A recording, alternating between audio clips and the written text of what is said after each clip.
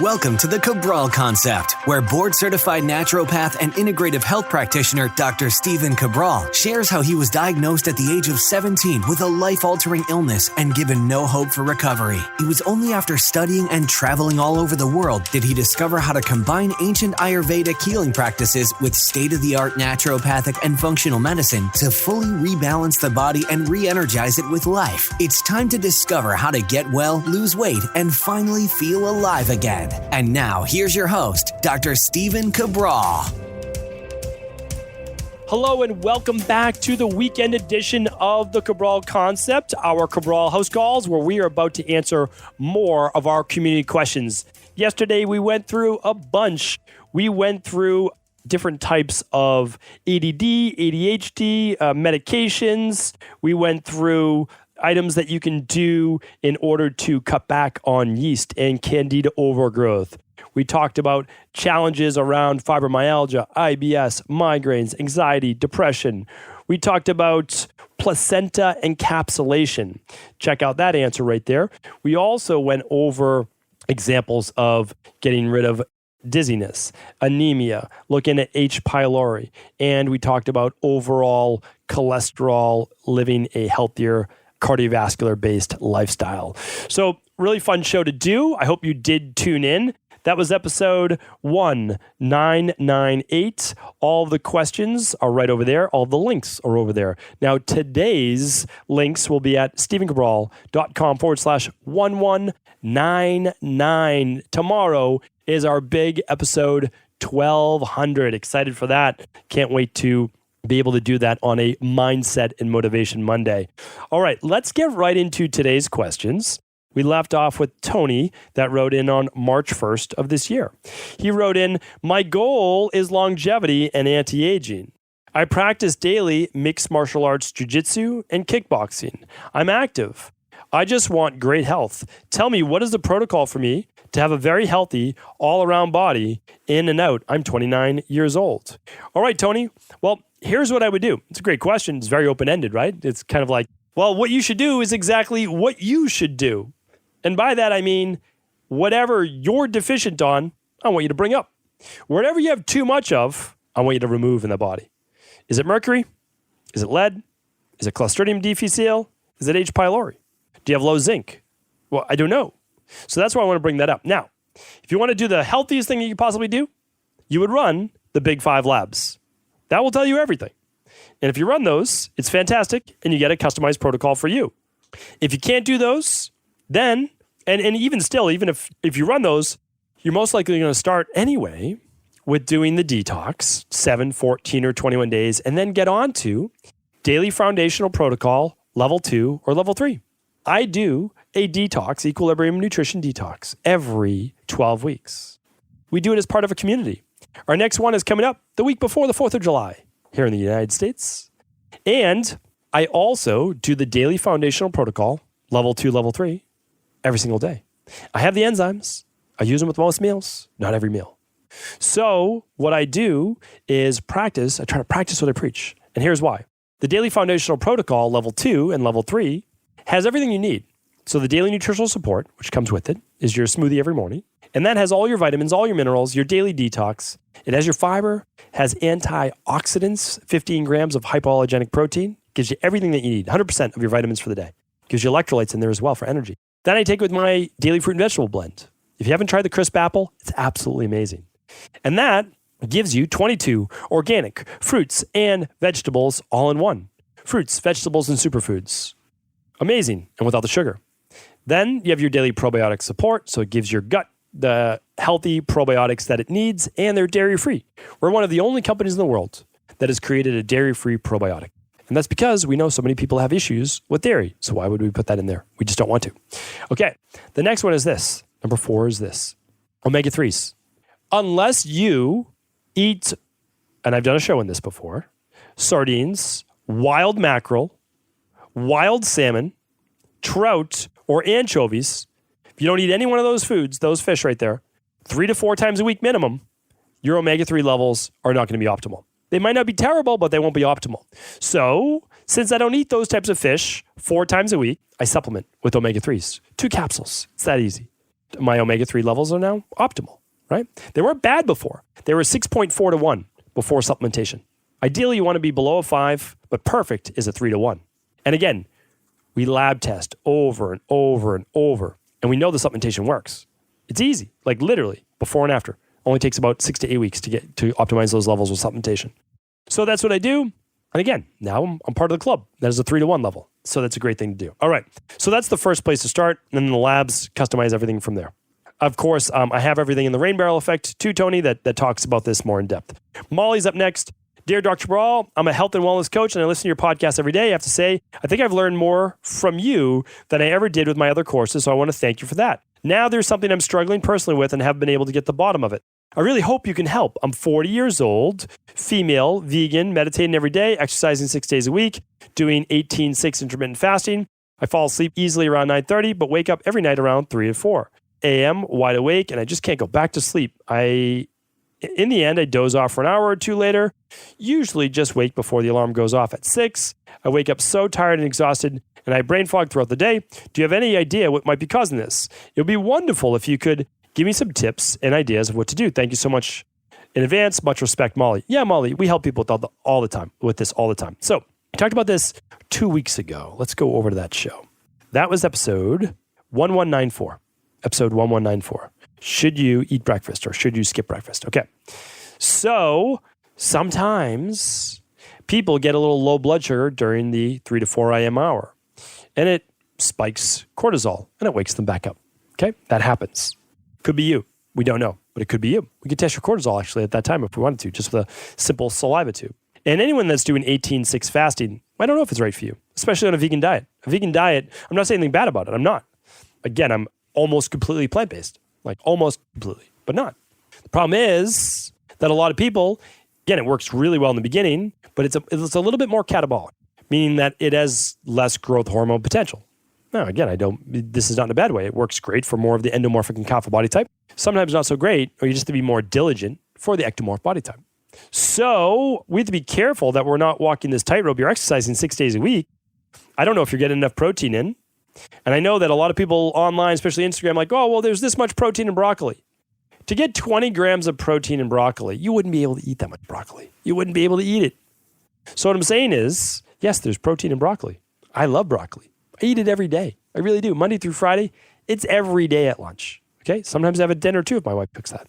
What I need to make sure is that you get enough protein at dinner, because you could be spiking blood sugar and then dropping really down in the middle of the night. Or your melatonin may not be lasting for stress, anxiety. Could be a lot going on.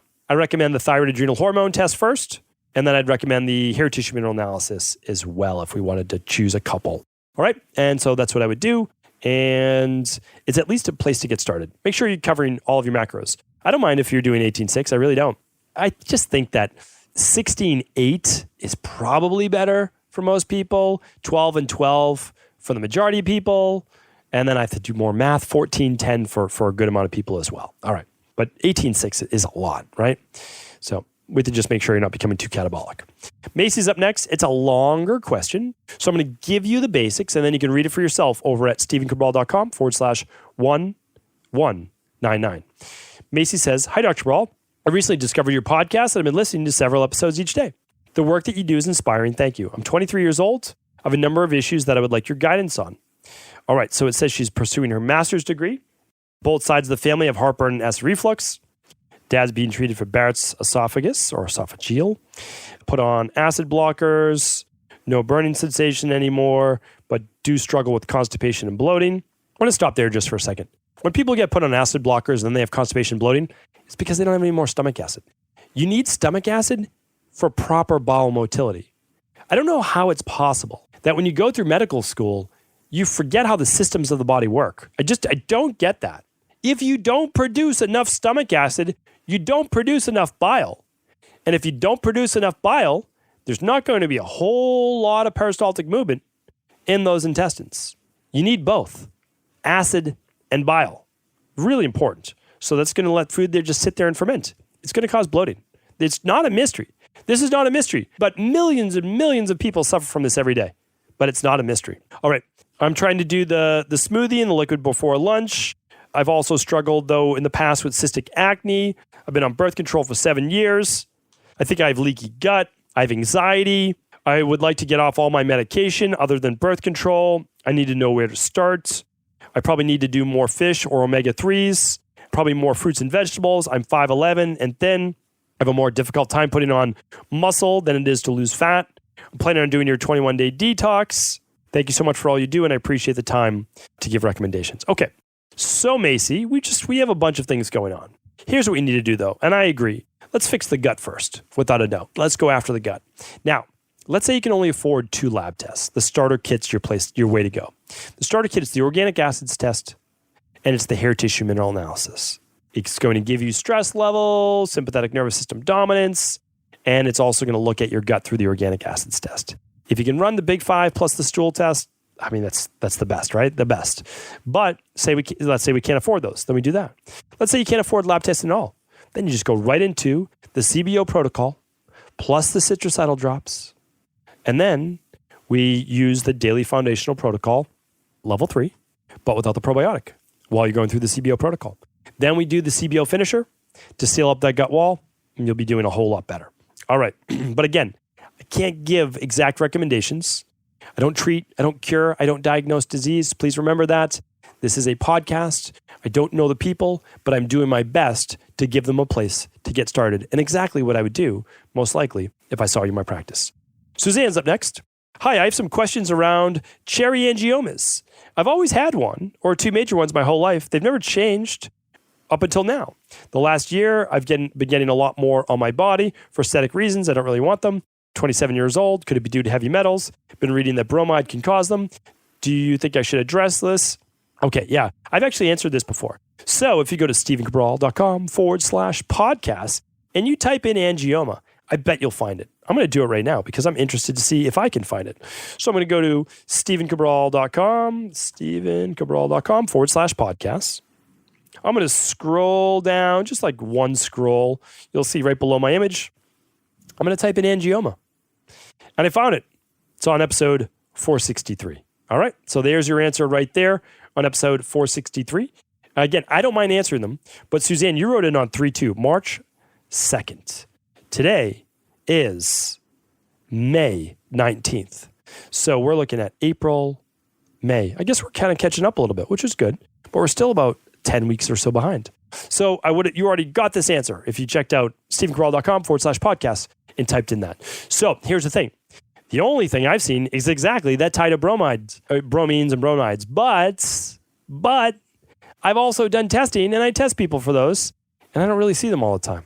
So it seems to be one of those things, right? One of those things that we don't always know, like, is this something that's a little bit more genetic where we get this cell proliferation?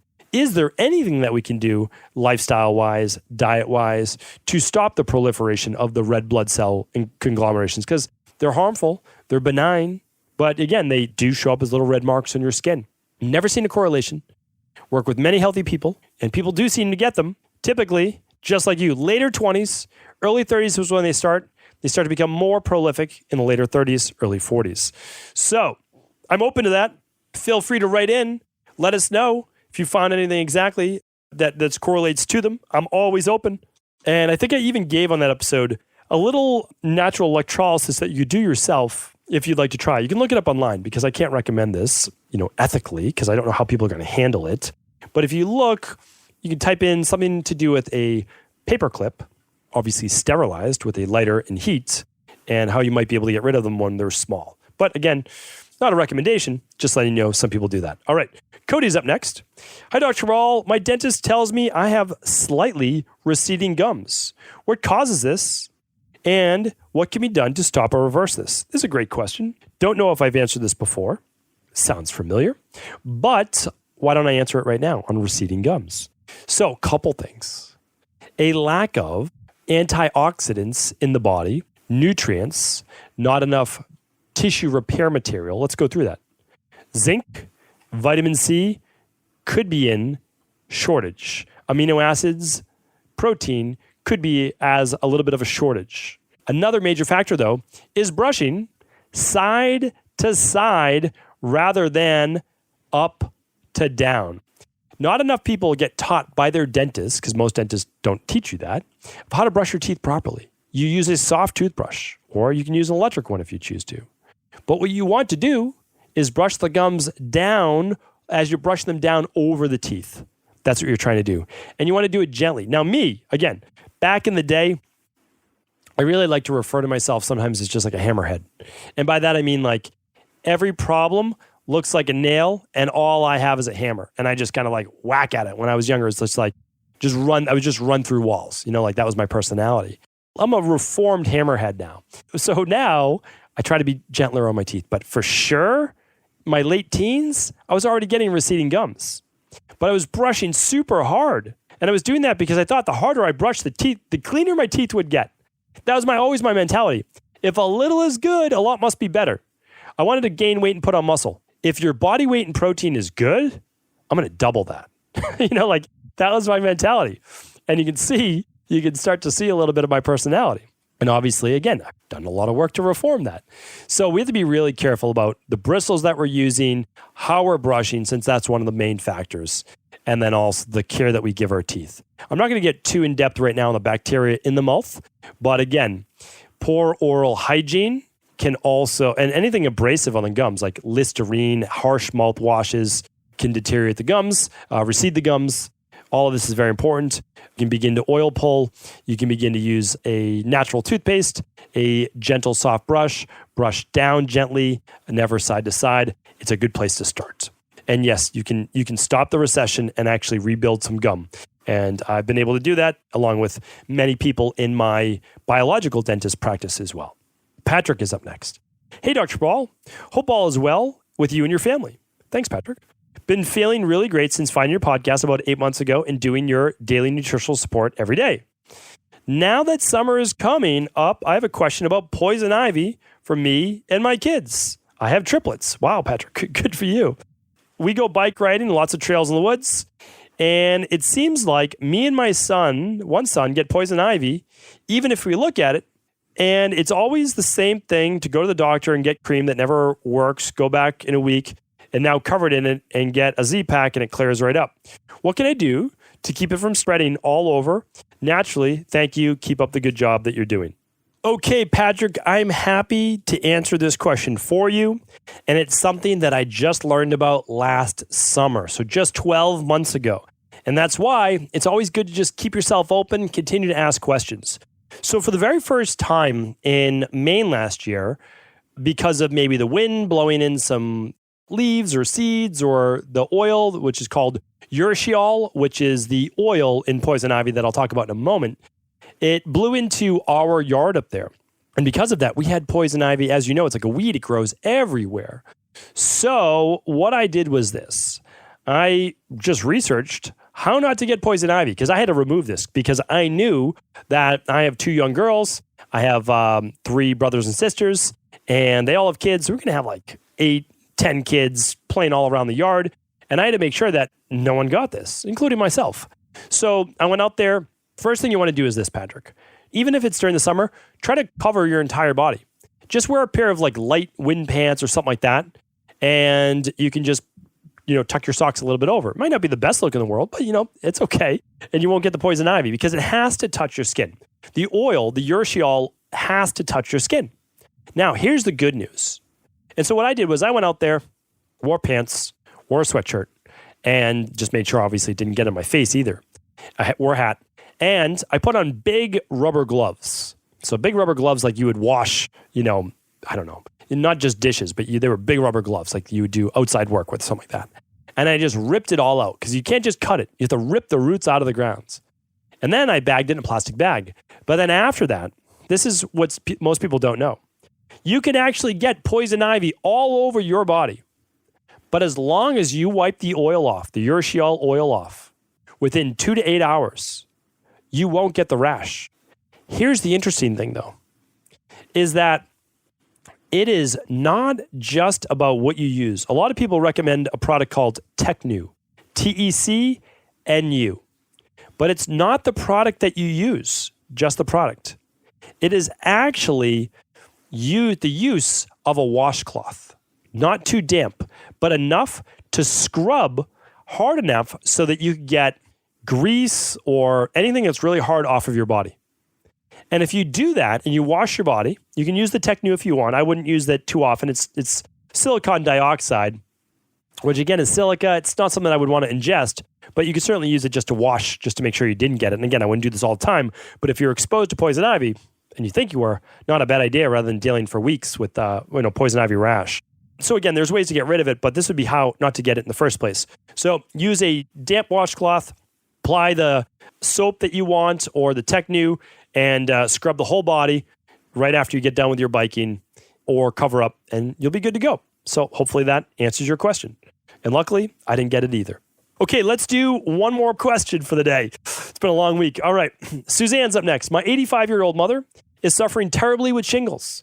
Terribly is putting it lightly, and it's been months now. She has been under a doctor's care, but it seems nothing's really helping her. She finally took hydrocodone because she was becoming addicted to it. They finally took her off hydrocodone because she was becoming addicted to it. Both my mother and my mother-in-law are urging my husband and I to get the shingles shot. They're so worried about us getting shingles. We are 55 and I personally have never gotten a flu shot. What are your thoughts about getting the shingles shot? Thank you. Well, it's obviously personal choice. Whenever you decide to get a flu shot, a shingles shot, a pneumonia shot, any type of shot, it's your choice to decide if that's going to work for you. But a non-susceptible person is not going to get shingles, just like a non-susceptible person is not going to get the flu. And the other thing is, if you get shingles, you can fix it really easily. You really can.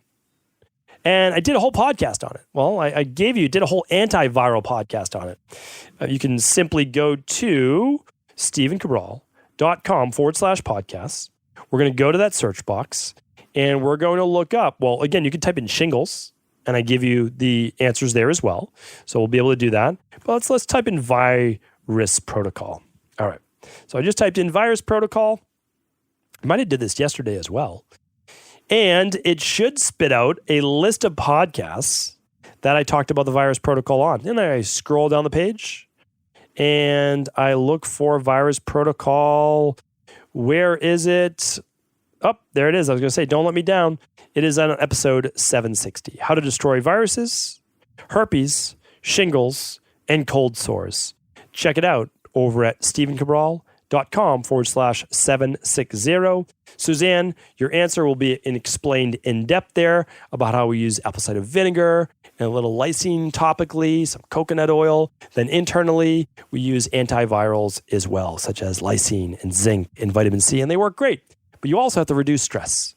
Most likely not going to get shingles if your body is not incredibly stressed. Hopefully this has been helpful. Thank you so much for tuning in once again. I appreciate you. And don't miss tomorrow's 1200th podcast with our Motivation and Mindset Monday. Enjoy the rest of your weekend. Take care. And as always, if this podcast was helpful, please do feel free to pass it along to anyone you believe it could serve. Ever wonder what the best sauna, blue blockers, sleep trackers, wake lights, salt lamps, or other health gadgets are? Or what about the top non-toxic mattresses, sheets, soaps, bath products, toothpaste, and cookware? Or would you like to know the cleanest choices for hemp parts, meal delivery services, supplements, and much more? I personally curated, researched, and now created a resource page of all of my top picks that continues to grow each week. These are the exact products I use in my own life, with my family, in my private practice, and they're the ones I trust. To find out all of my up-to-date recommendations and all the details, simply head on over to StephenCabral.com/resources.